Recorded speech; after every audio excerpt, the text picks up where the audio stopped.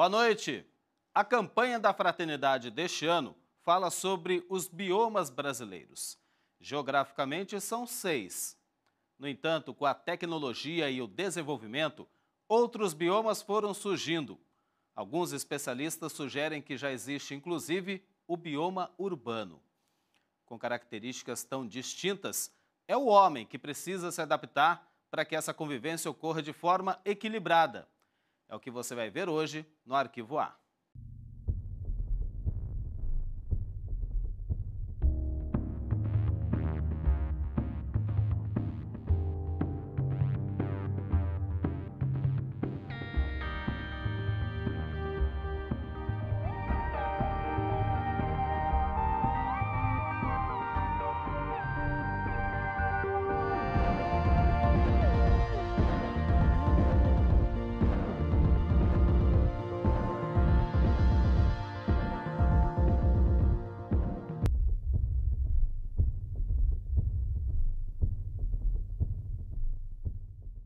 Conciliar cordas, notas, ritmo. Tudo se resume em harmonia.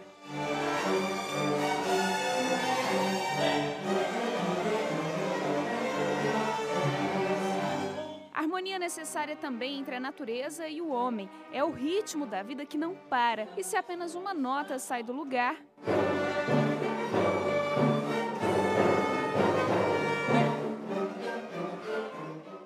a harmonia se quebra, o ritmo não é mantido e as consequências surgem. Milhares de anos de constante construção podem vir abaixo. Nessa relação, de um lado está o homem, ser dotado de inteligência que usufrui o bem comum, que é a natureza. Do outro está a nossa casa comum, pronta para oferecer os benefícios próprios de tudo aquilo que é natural.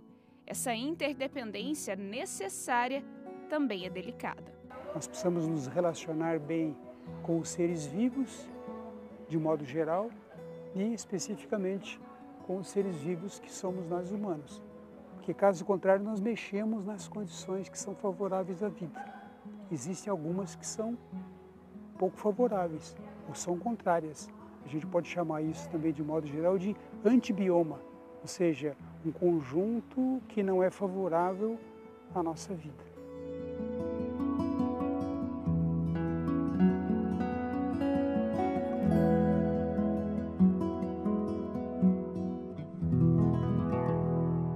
Podemos dizer que o Brasil é privilegiado com tamanha diversidade de fauna e flora. São os biomas próprios do país que se localizam em regiões semelhantes em vegetação, clima e espécies biológicas. Encontramos no norte a Amazônia, no nordeste está a Caatinga. No centro-oeste do Brasil podemos destacar o bioma do Cerrado, que fica bem perto ao Pantanal. No sudeste e em parte do sul, a Mata Atlântica é característica. E no sul do Brasil, o destaque é para o Pampa. A campanha da Fraternidade de 2017 traz como tema os 6 biomas brasileiros. Mas é fato que, com o desenvolvimento, surge o bioma urbano. A questão é como encontrar um equilíbrio entre natural e artificial para que todo mundo saia ganhando. Falar do urbano é muito interessante porque fala da cidade. Não parece, mas a cidade, ela vem dentro de um contexto exatamente como peça muito importante para o bioma. Todos os grupos de animais criam bandos e definem os seus territórios. E nós humanos começamos também assim, fazemos ali o nosso pequeno espaço e começamos. E isso foi, através dos tempos, foi crescendo. Dá para nós vermos, por exemplo, em construções bem antigas, como eles cercavam com grandes muros a cidade, etc. para se protegerem. Essa relação entre homem e natureza tem sido motivo de preocupação, sobretudo da Igreja Católica. O Papa Francisco lançou em 2015 um documento sobre o assunto. Na encíclica Laudato Si, em português, o cuidado com a casa comum, o Santo Padre critica o consumismo e o desenvolvimento irresponsável. O texto faz um alerta para as consequências dessa relação não harmônica e destaca a degradação de um dos biomas brasileiros, a Amazônia. A Amazônia tem uma função reguladora do clima mundial. E os cientistas descobriram isso há tempo, ninguém mais duvida disso. Sem a Amazônia, ou a Amazônia arrasada, destruída, o clima mundial vai sofrer o impacto de 1, 2 graus. A segunda coisa, a Amazônia é cobiçada pelo mundo inteiro por causa de suas riquezas naturais. E aí que começa a história a ficar difícil, porque geralmente quem vai atrás das riquezas do solo e subsolo da Amazônia não respeita a natureza. E aí vem de novo o reflexo sobre o próprio clima planetário. O Papa Francisco, ele foi realmente pioneiro, não só dentro da igreja, ele falou para o mundo e foi muito respeitado ao introduzir e reforçar o conceito de ecologia integral. Exatamente tirando essa ideia de uma ecologia que é uma ecologia só centrada nos bens que nós temos. Em relação aos biomas, a Amazônia é uma das principais preocupações. Isso em função do seu potencial para o mundo, mas também pelo tipo de exploração feita na região. O desenvolvimento agrícola deixou de lado a real função desse que é o segundo maior bioma do Brasil. A negligência, que parte muitas vezes dos próprios governantes, pode provocar consequências para as próximas gerações, além, claro, da perda de um bioma essencial para o planeta. Nos estados amazônicos e do centro-oeste, onde o desmatamento é mais intenso, são estados que são conduzidos tradicionalmente por governadores ruralistas. E a fiscalização ambiental das florestas é coisa das polícias ambientais que são estaduais. Então, a primeira coisa que esses governos fazem é diminuir o esforço de fiscalização. A gente tem lei, nós temos leis que impedem, que punem esse tipo de coisa, mas elas não são efetivamente cumpridas. A degradação ambiental cresce por conta de interesses particulares, mas ainda há aqueles que levantam a bandeira de salvar o planeta. Acreditam na necessidade de construir um futuro melhor, sem prejudicar o ambiente. A abordagem ecológica está diretamente ligada à abordagem social. O mundo de hoje está mais aberto para as questões ecológicas, embora que estamos muito aquém daquilo que deve ser. Porque a maneira como nós vivemos ainda, em grande parte, é como se fôssemos a última geração. Depois de nós, o dilúvio. Eu fico pensando quando vejo as crianças que nascem hoje no colo da mãe, qual será o futuro delas? E nós temos uma imensa responsabilidade. Não podemos viver como se fôssemos a última geração e usar e abusar, destruir, arrasar. Isso é absurdo. Isso começou de um tempo para cá, primeiro na Amazônia, o desmatamento irresponsável, depois a exploração das riquezas também de maneira irresponsável. Hoje estamos descobrindo, pelo menos uma parte do povo está descobrindo que assim não dá. Nesse documento, tão debatido entre os principais líderes mundiais, o Papa Francisco manifesta a preocupação com a globalização da desigualdade. Ele engloba não só o desmatamento e os danos ao meio ambiente, como também os males desencadeados para a população em consequência da ganância. Francisco enfatiza que o cuidado com a casa comum deve partir de todos, sem exceção, e que o conceito de ecologia vai muito além das questões geográficas ambientais. O bioma não se reduz a uma questão geográfica dos 6 biomas. E o Papa Francisco, então, ele falou, não é possível pensar uma ecologia integral sem pensar naquelas pessoas que são deixadas de lado no mundo, os pobres, a desigualdade social com que nós vivemos. Não é? Por quê? Porque isso tudo reflui para nós próprios. É uma força antivida que circula entre nós próprios. Não é? Hoje os carentes são esses, amanhã os carentes podemos ser nós próprios.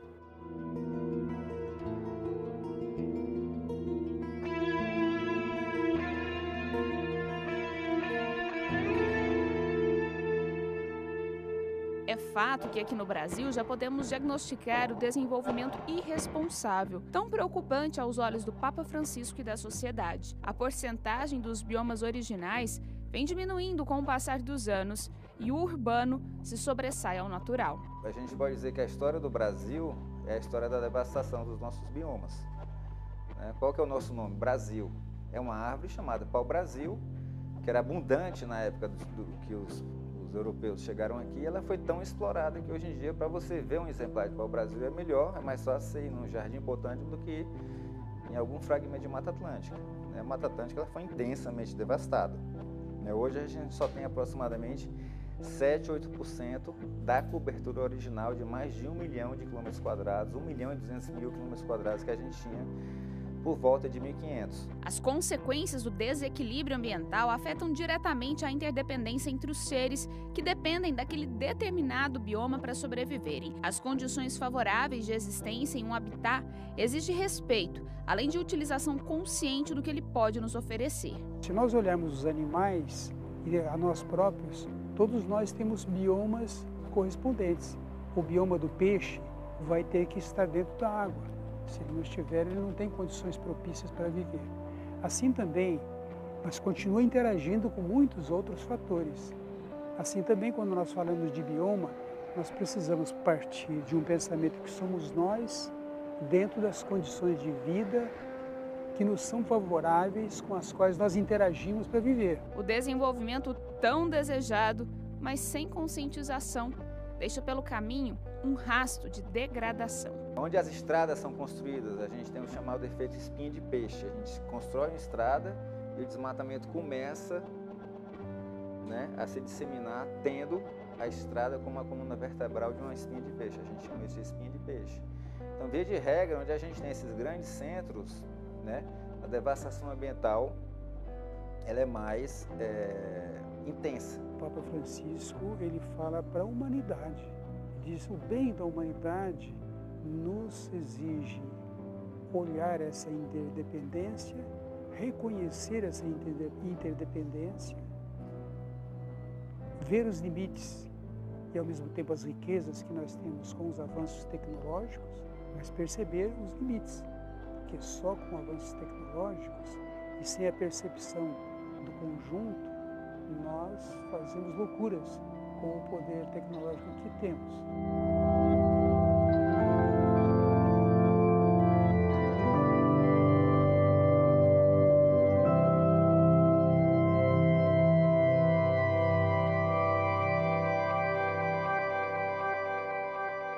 Essa vontade de colocar o meio ambiente a serviço do homem e a utilização consciente é objeto de estudo inclusive da bioética. O domínio sobre diferentes tecnologias colocou o ser humano como dono do planeta e dificultou a criação de iniciativas que diminuíssem a degradação da natureza. Com as várias conferências que vem acontecendo na ONU, os países, grande parte dos países, eles têm uma preocupação hoje bastante grande, porque vê que essa situação do ambiente, clima tal, vem piorando muito. Não é fácil você ter um acordo com os interesses econômicos. Por aí a gente vê que não basta, quer dizer, o governo muitas vezes ele não consegue enfrentar os interesses econômicos sozinho. Tem que ter mobilização de toda a sociedade junto com o governo para às vezes você falar, não, agora basta. O olhar da bioética coloca o uso indiscriminado dos recursos naturais como meros instrumentos, responsável por sérios danos ao meio ambiente. A falta de equilíbrio é agravada pela busca do lucro. Começamos a achar, pelo desenvolvimento tecnológico, que nós nos achamos, como diz o povo. Por quê? Porque a gente sabe fazer instrumento, o ser humano é superior, ele domina.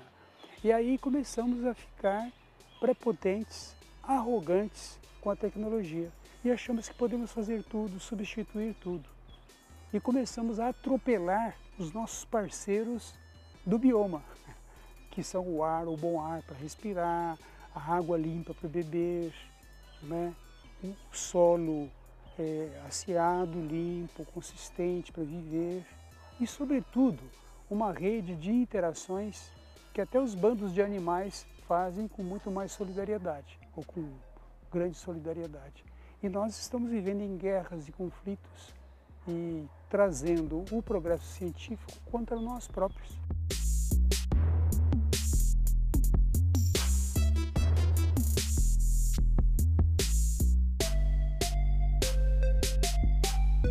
A convivência no bioma urbano exige cada vez mais do equilíbrio. Espaços que antes eram tomados por matas, agora dão lugar a prédios e construções. O canto dos pássaros diminuiu e o homem passa a escutar com frequência buzinas e sons de carros. É urgente o entendimento de que cuidar da casa comum é cuidar também de espaços particulares. É possível, e a gente precisa ter uma consciência grande disso, que o viver em cidade não é só uma questão de proteger as árvores. Esse é um pequeno fator. Nós precisamos sim de árvores, precisamos de água limpa, os nossos rios são poluídos, especialmente no Brasil, os rios de grandes cidades, dificilmente a gente vai encontrar algum que tenha se preservado. Enquanto que em outros países, a gente vai, especialmente na Europa, a gente vai ver esses mananciais dentro de uma cidade perfeitamente despoluídos, com peixes e protegidos. Bom, temos que caminhar para isso, mas não é só isso. A gente teria que pensar os diferentes fatores que nos ajudam. E um deles é a interação com a natureza.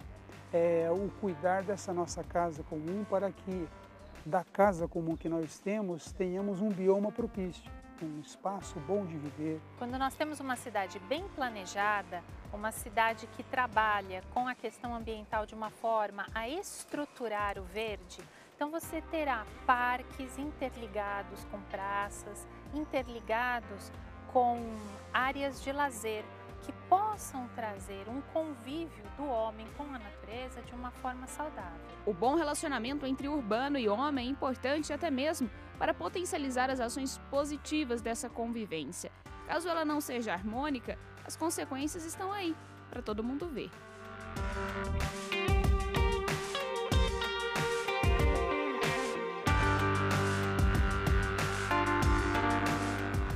A primeira coisa que a gente tem para a gente conceituar de maneira mais efetiva, tornar mais tangível essa devastação, é o que a gente chama perda de serviços ambientais. O que são serviços ambientais? São serviços que a natureza nos presta gratuitamente, né? Então, um polinizador, uma abelha indígena, que ela poliniza, né, vai da flor de uma fruteira em outra, carregando pólen, e com a polinização vem as frutas. Imagine se esse polinizador se extinguir. A gente não vai ter mais aquela espécie de fruta que a gente consome.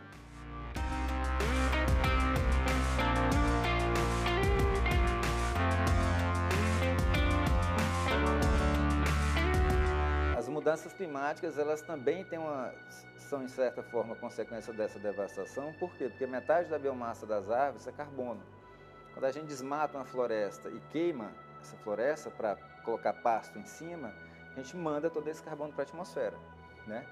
Então, hoje em dia, aproximadamente 60% das emissões de carbono do Brasil, né, um pouco mais, quase 70%, vem do desmatamento ilegal na Amazônia. Mesmo o Brasil sendo dono de uma das biodiversidades mais ricas do mundo, com as maiores reservas de água doce e 1/3 das florestas tropicais que ainda restam, é importante os olhos da sociedade se voltarem para a causa ambiental.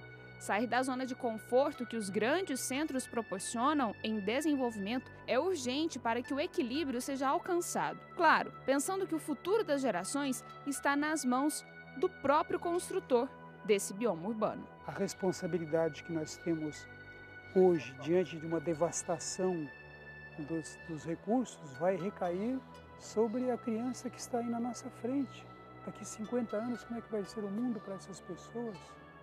Então, se nós não tivermos uma circularidade de responsabilidade social dentro do conjunto, nós somos suicidas, né, do nosso próprio sistema de vida. E é uma piada de um mau gosto, né, ter que já pensar em vida em Marte. É uma beleza tecnológica, um sonho que faz a gente ficar orgulhoso, né, e arrogante, pensando em uma tecnologia que é incapaz de colocar um mínimo de ética na administração dos recursos que nós temos aqui.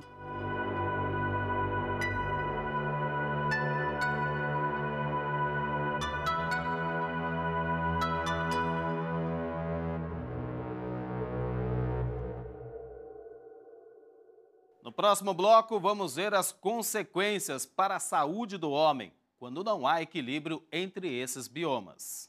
A saúde da população é a mais afetada quando os biomas naturais e artificiais entram em atrito. Iniciativas sustentáveis podem auxiliar na solução desse problema.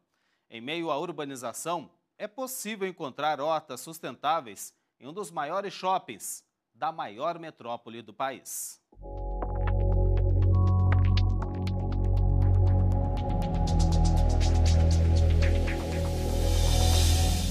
São milhares de carros todos os dias e fica até difícil parar e ver que bem ali do lado, 2 biomas convivem entre si na maior cidade do país. Mas essa convivência entre o natural e o artificial não é tão tranquila quanto parece. É o próprio ser humano, causador do desequilíbrio, quem sofre com as consequências. Claramente, o crescimento desenfreado das cidades faz com que exista uma destruição, principalmente daquela mata que está ao seu redor, que é um pulmão natural, um filtro especialmente dos poluentes, o monóxido de carbono que acaba se acumulando.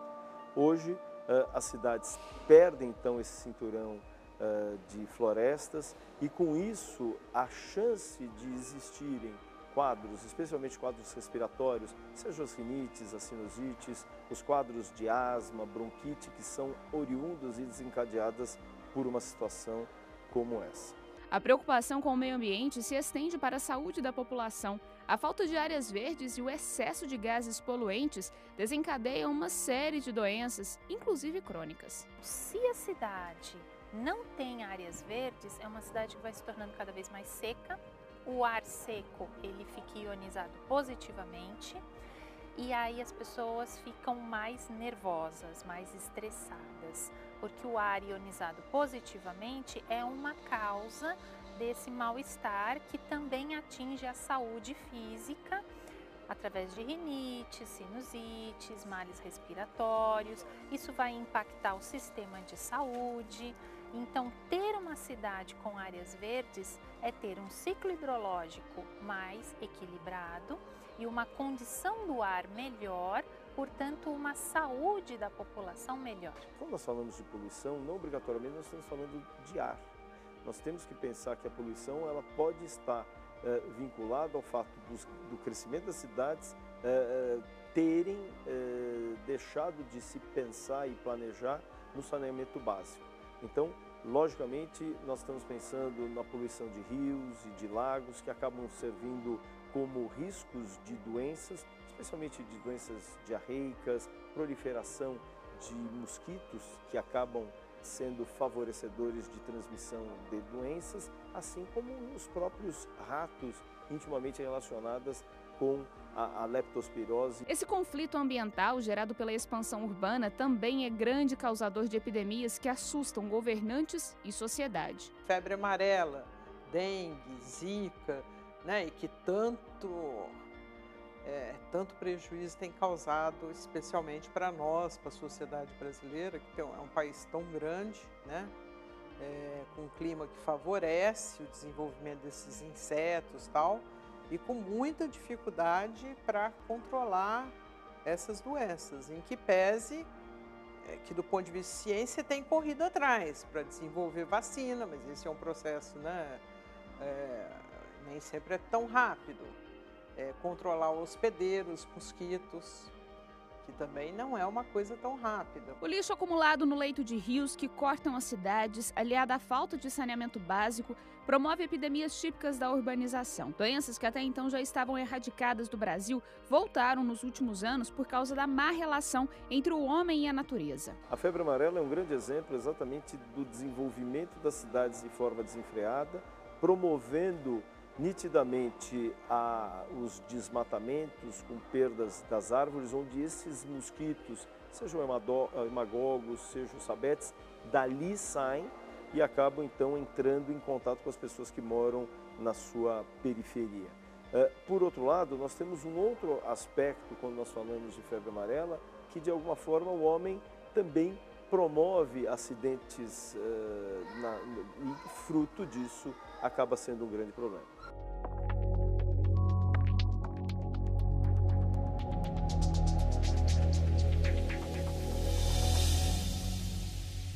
Entre tanta poluição visual, é possível encontrar solução para que o convívio entre homem e natureza seja harmônico. Os 12 milhões de habitantes de São Paulo só precisam prestar um pouco de atenção, que o verde pode ser encontrado em detalhes que fazem a diferença. Os jardins verticais, eles são para a evapotranspiração.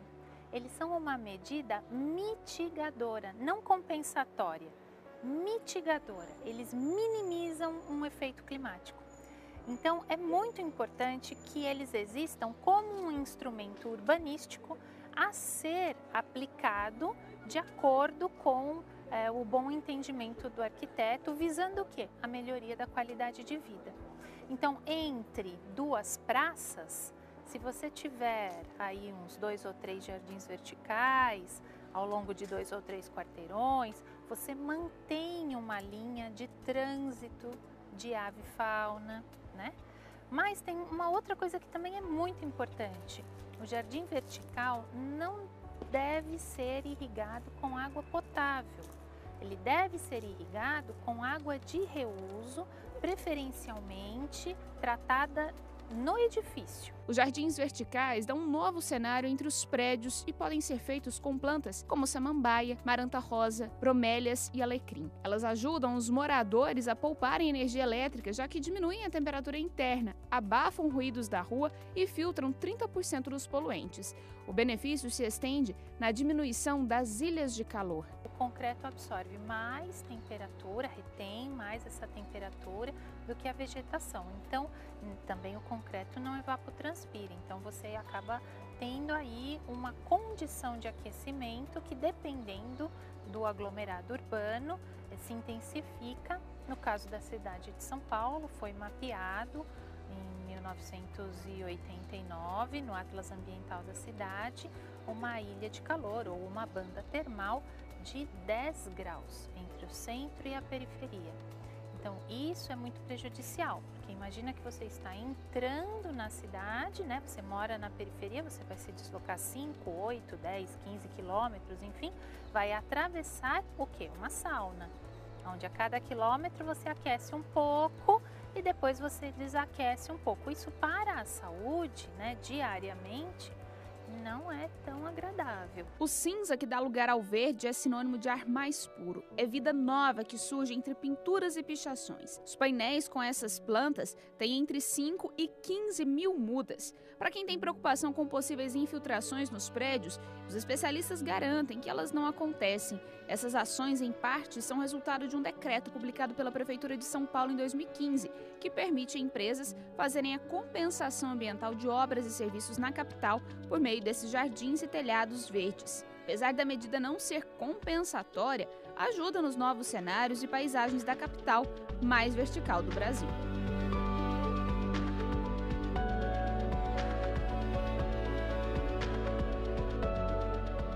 Essas iniciativas sustentáveis mudam as paisagens de concreto e inspiram as metrópoles a fazerem a diferença em outras situações. Diminuir a quantidade de lixo produzido e reduzir o consumo de água também pode ser um grande passo nesse cuidado com a casa comum.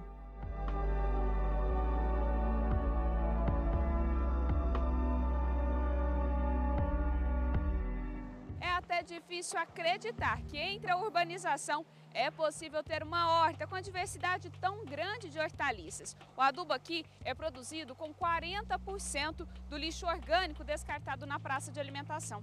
E não é só isso. O sistema de irrigação é feito com a água reaproveitada do sistema de ar-condicionado. São 1.000 metros quadrados com legumes, verduras e até plantas medicinais. O que é produzido é distribuído gratuitamente entre os funcionários. O projeto, que começou em 2012, pensava na sustentabilidade e em uma alternativa para o destino de 300 toneladas de lixo mensais de um dos maiores shoppings de São Paulo. A nossa preocupação maior era como é que a gente poderia dar solução ao lixo, uma solução local para evitar problemas de transporte, descarte em aterro sanitário.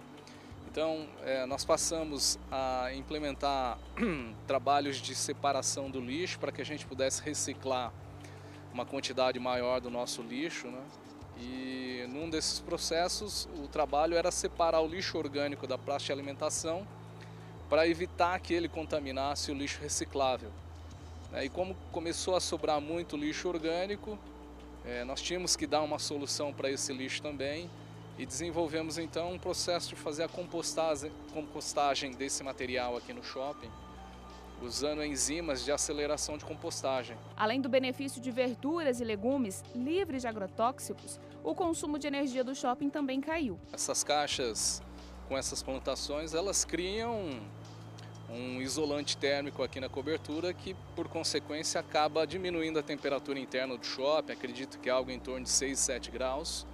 E isso, consequentemente, economiza em energia do sistema de ar-condicionado. O reconhecimento pela sustentabilidade do projeto já chegou por diversas premiações. O Telhado Verde é exemplo de mudança de pensamento e preocupação com as futuras gerações.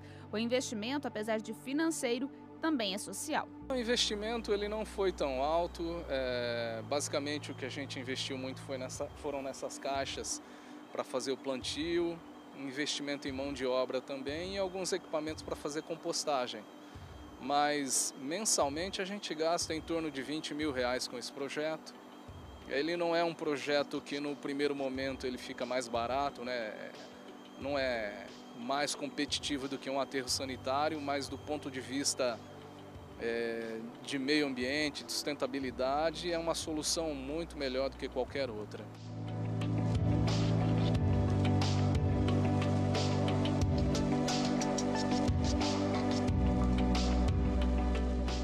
A sustentabilidade deixou de ser apenas um conceito e passou a fazer parte do cotidiano de muitas empresas, visando justamente essa mudança de mentalidade. É acreditar que pequenas iniciativas podem fazer a diferença no cuidado com a natureza, sem deixar de lado o desenvolvimento. O aumento populacional nas cidades, aliado a uma sociedade extremamente consumista, faz surgir a preocupação com o destino do lixo. Na cidade de São Paulo, por exemplo, em média, cada pessoa produz diariamente entre 800 gramas e 1 quilo, ou de 4 a 6 litros de dejetos.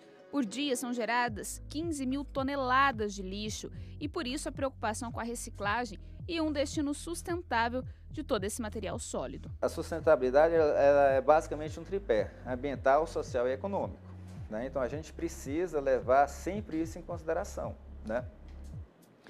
E hoje em dia a gente não consegue mais configurar, visualizar, né, um desenvolvimento de longo prazo que ele não seja sustentável. Porque o que é, no fim das contas, o que é a sustentabilidade?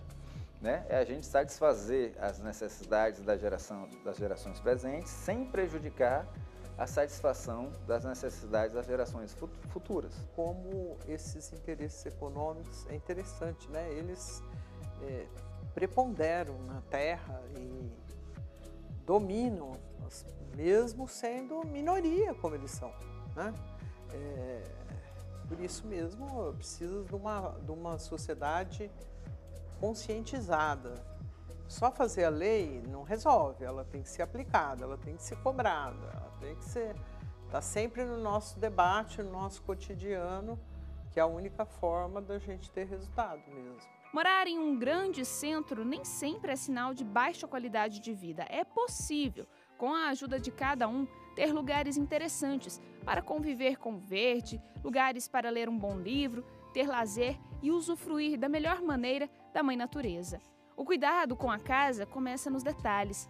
Detalhes que parecem até imperceptíveis, mas que transformam um ambiente particular em um bioma gostoso de se viver. Existe uma mudança cultural muito grande dos nossos funcionários e hoje eles entendem de que maneira a gente pode fazer um trabalho melhor, contribuir para a sociedade, para o meio ambiente. Cabe a nós, e a bioética ela tem exatamente esse compromisso em aliar a questão do conhecimento, da ciência e tecnologia, com a questão da ética da vida em relação aos seres humanos e ao planeta como um todo, porque entendemos que não existe ser humano se o planeta não existir e não for preservado.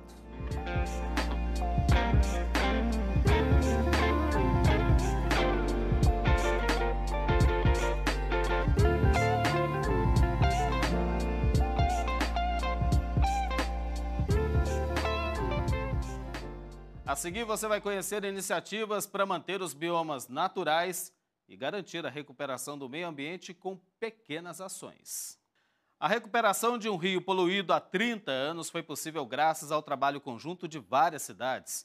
Em outro lugar, o reflorestamento de plantas originais da Mata Atlântica é feito com um pequeno grupo de estudantes. Todas essas iniciativas visando a manutenção dos biomas e o equilíbrio com a urbanização.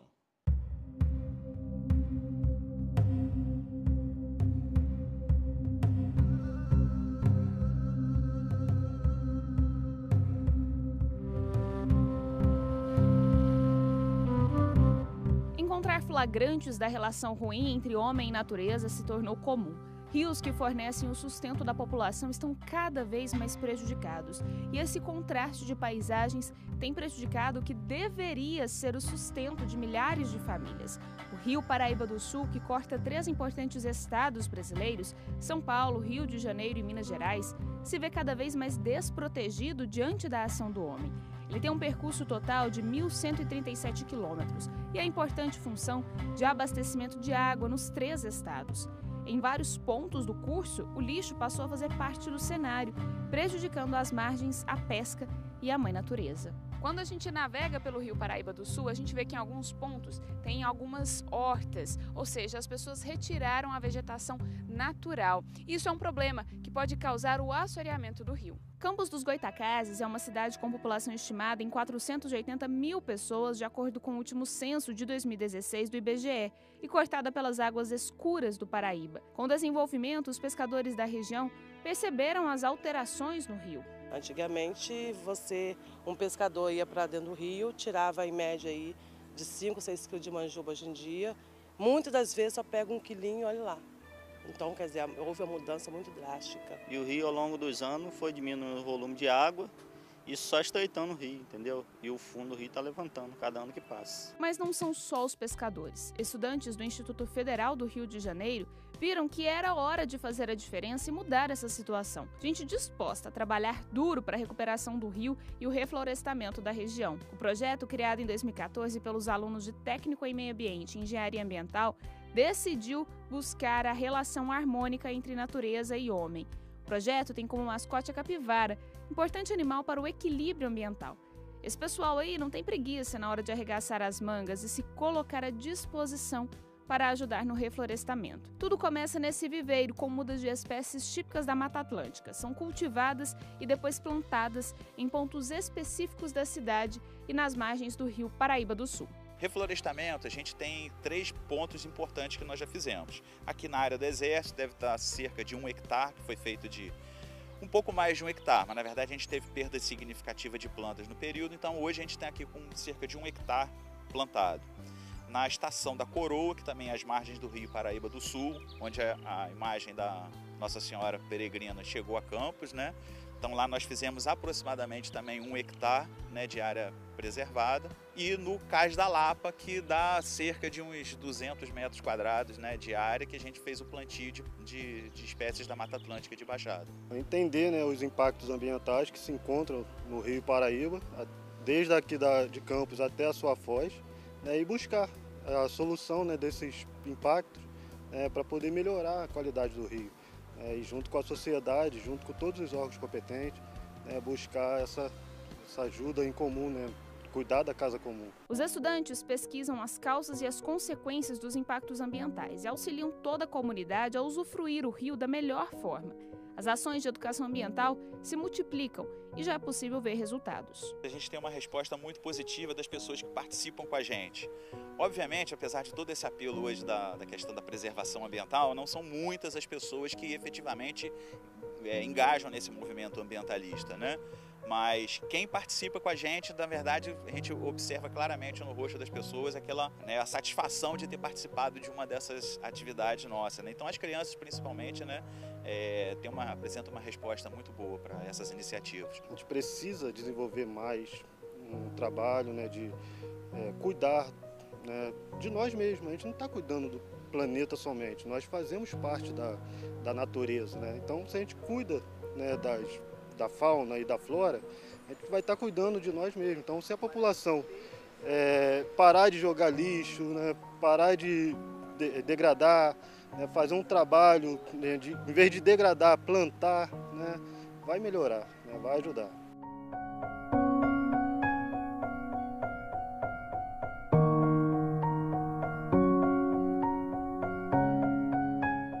A Mata Atlântica é um dos maiores biomas do país, está presente em 17 estados e, em termos de biodiversidade, é um dos mais ricos do mundo.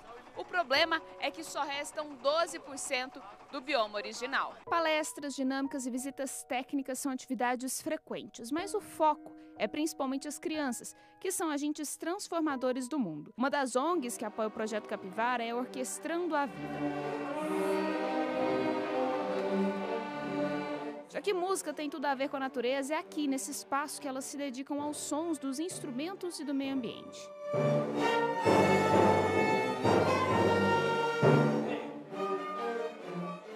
Amplia os horizontes de nossas crianças, né? Acho que tenho certeza que eles vão sair do projeto respeitando mais, ensinando para seus amigos e mais tarde para suas famílias, quando eles formarem as famílias. Serão pessoas diferentes e, quem sabe, uma sociedade muito melhor. O incentivo faz com que esses pequenos músicos despertem também para a necessidade de preservar aquilo que foi dado para toda a humanidade. A preservação do planeta, mais do que nunca, depende do hoje. Já dependia do ontem, né? Mas do hoje é um grito importantíssimo. Esclarecer isso para nossas crianças e fazê-las preocupadas nessa preservação é fundamental. E se o projeto acolhe o Projeto Capivara, e como em outras escolas onde as crianças estão, perpetuar isso. E isso é muito importante. Olha aqui o nosso pátio. Nosso pátio é um jardim para nossas crianças. Nós queremos mais plantas e mais. E é muito interessante que a gente vê nos finais de tarde eles molhando, preocupados em molhar a plantia, em preservar, e nós fazemos questão que isso aconteça. Pensar em iniciativas que envolvam e despertem o senso de preservação é essencial para uma sociedade mais consciente e atuante. O trabalho de educação é necessário, principalmente nas escolas. Educar ambientalmente é criar uma nova mentalidade de que qualidade de vida é adquirida sem desrespeitar a natureza. Usufruir desses recursos naturais, criando um novo modelo de comportamento, buscando sempre o equilíbrio. O trabalho, né, pontual, ele faz um trabalho de educação ambiental, na verdade, né? A gente começa a trabalhar essa população localmente, e aí através dessa população, né, principalmente as crianças, né, vão desenvolvendo, né, mais questões ecológicas, mais um conceito de cuidar do planeta, e esse desenvolvimento, né, vai crescendo, né, de acordo com as crianças até os adultos. Outra parceria com a Igreja Católica. As ações de educação ambiental e distribuição de mudas de plantas começam na paróquia mesmo. As iniciativas são bem vistas e influenciam as mudanças de hábito. À medida que nós vamos amadurecendo a nossa fé em Jesus, claro, porque Ele é o centro, né, da nossa vida, da nossa fé, nós vamos percebendo que é preciso ter esse cuidado maior com a nossa casa comum. Porque uma coisa é eu cuidar da minha casa, do meu apartamento, né, desse ambiente onde eu vivo, onde eu moro. Né? Mas ao redor disso, como é que fica? Quer dizer, o lixo, onde eu deposito o lixo, eu jogo de qualquer jeito na rua, ou porque tem alguém que passa e tem um local adequado onde eu coloco, é um lixo reciclado, não é tudo misturado. Então, acho que essa consciência ela começa a crescer e a igreja está sempre atenta a isso, porque é tudo aquilo que leva a dar uma dignidade, a dar vida para as pessoas, isso é de fé, isso é da igreja. Então ela enxerga, com certeza, com muito bons olhos, toda essa questão que muitas pessoas estão fazendo.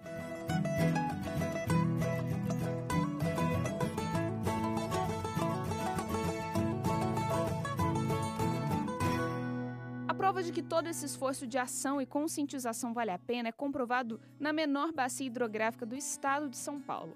O Rio Jundiaí, um dos afluentes do Tietê, conseguiu ficar totalmente despoluído depois de 30 anos de trabalho. É a primeira bacia do país a estar com 100% de tratamento de esgoto e bom para o consumo. Era um rio que podia ser usado para fins paisagísticos e para fins de navegação. E era um rio que não podia ser usado para abastecimento público. Com os investimentos feitos em Indaiatuba E nas cidades a montante de Indaiatuba, como Itupeva, Jundiaí, Campo Limpo e Várzea, o rio se regenerou, porque foram feitos coleta e tratamento de esgoto em todas essas cidades, o que proporcionou uma qualidade melhor da água, e hoje é um rio que foi reclassificado, ele é classe 3 no trecho de Indaiatuba até Itupeva. Uma ação de tratamento conjunto dos esgotos industriais com os domésticos, né? E com a implantação de toda a infraestrutura necessária para isso. Muita coisa ainda vem sendo feita, né? Mas, vamos dizer assim, aquilo que era o principal para ser administrado no controle dessa poluição que era lançada no rio, nós já temos hoje implantado. De modo que com isso nós tivemos poucos pontos de lançamento que são hoje verificados no rio. Não existem lançamentos, ou raros são os lançamentos que não passam pelo sistema público de coleta e tratamento. O rio nasce na Serra da Pedra Vermelha, no município de Mairiporã, e percorre 123 quilômetros até a Foz, em Salto, onde deságua no Tietê. As cidades de Campo Limpo Paulista, Várzea Paulista, Jundiaí, Itupeva e Indaiatuba descartam afluentes no rio Jundiaí, e foi o trabalho conjunto entre elas que possibilitou torná-lo novamente vivo. Todas elas têm sistemas de tratamento de esgoto e reduzem a carga orgânica lançada no leito. Em Indaiatuba, o investimento inicial foi de R$40 milhões e que trouxe um retorno muito maior, pensando nos benefícios para a população. A oferta de água bruta para a cidade foi ampliada e colaborou significativamente no abastecimento durante a pior crise hídrica do país. É um investimento que às vezes as pessoas não veem, mas sentem falta dele. Porque nessa seca, quanta gente ficou sem água na torneira?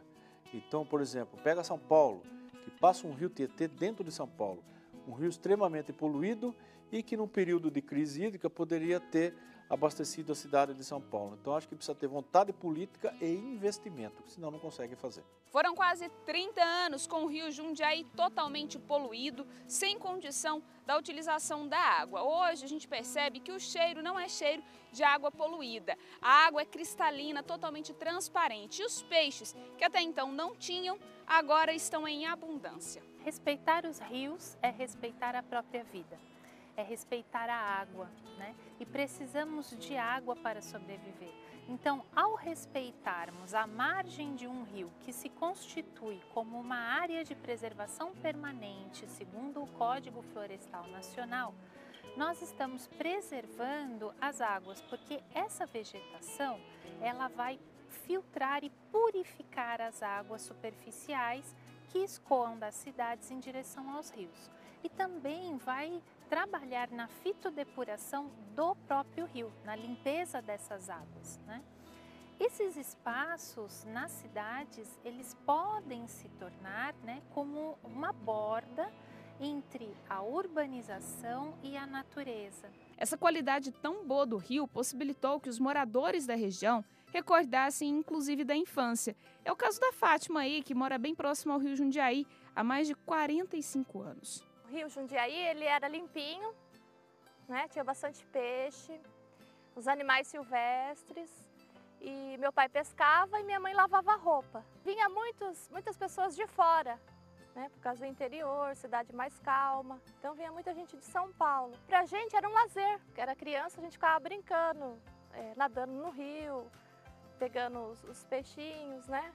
Então era o lazer que nós tínhamos naquela época. As pessoas na margem do rio, de novo pescando, e você vê o peixe no rio, porque voltou a ter vida o rio. O rio hoje está extremamente limpo, você consegue enxergar o fundo do rio. Então isso acho que é um ganho ambiental enorme e é uma qualidade de vida enorme para uma cidade como a nossa. O caso do rio Jundiaí inspira outras cidades e metrópoles brasileiras com problemas semelhantes. Na estação de tratamento de esgoto de Indaiatuba, são 310 mil metros quadrados com capacidade máxima de tratamento para 1.000 litros por segundo. O resultado é saber que mesmo os rios tão poluídos, podem ser recuperados e trazer de volta à vida a vegetação e espécies próprias desse habitat. E é necessário que se tenha um entendimento que essas ações do saneamento, infraestrutura de saneamento, são ações que não são de curto prazo, são ações de médio prazo. mas elas precisam ter um início. É necessário que se tenha um planejamento de ações, de obras e de intervenções para que ela possa ser licenciada ambientalmente, que ela possa fazer parte de um cronograma suportável com recursos financeiros para que a médio prazo, longo prazo, elas sejam colocadas ao serviço do meio ambiente. Hoje a gente sabe que existe uma série de técnicas aplicadas a várias áreas, né, das atividades humanas, né? O exemplo, a agricultura. Existem técnicas na agricultura que são perfeitamente compatíveis com a preservação ambiental. As indústrias, as empresas, né, também existem uma série de técnicas que elas são compatíveis. Essas técnicas existem e estão aí. Na verdade, o que está faltando realmente é esse meio de campo, né, entre uma empresa agrícola, se apossar de uma dessas técnicas e começar a implantar na realidade. As pessoas vão percebendo que a fé, ela tem as suas consequências práticas na vida. Não é algo para me viver dentro só do templo, da igreja, ou lá dentro da minha casa somente. Eu tenho que levar isso lá para fora. E com certeza o cuidado com o meio ambiente, isso é fundamental. Nessa grande sinfonia da natureza, cada um faz a sua parte. Na convivência entre todos os biomas é necessário o respeito e a gentileza, para que todos tenham o privilégio de aproveitar os benefícios da melodia. O importante é não sair do ritmo.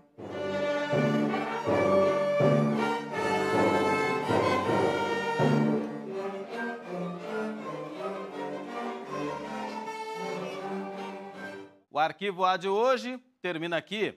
A gente volta na semana que vem com um documentário sobre a cultura caipira. É na próxima quinta, às 9h30 da noite. Uma boa noite para você, um ótimo descanso e até lá.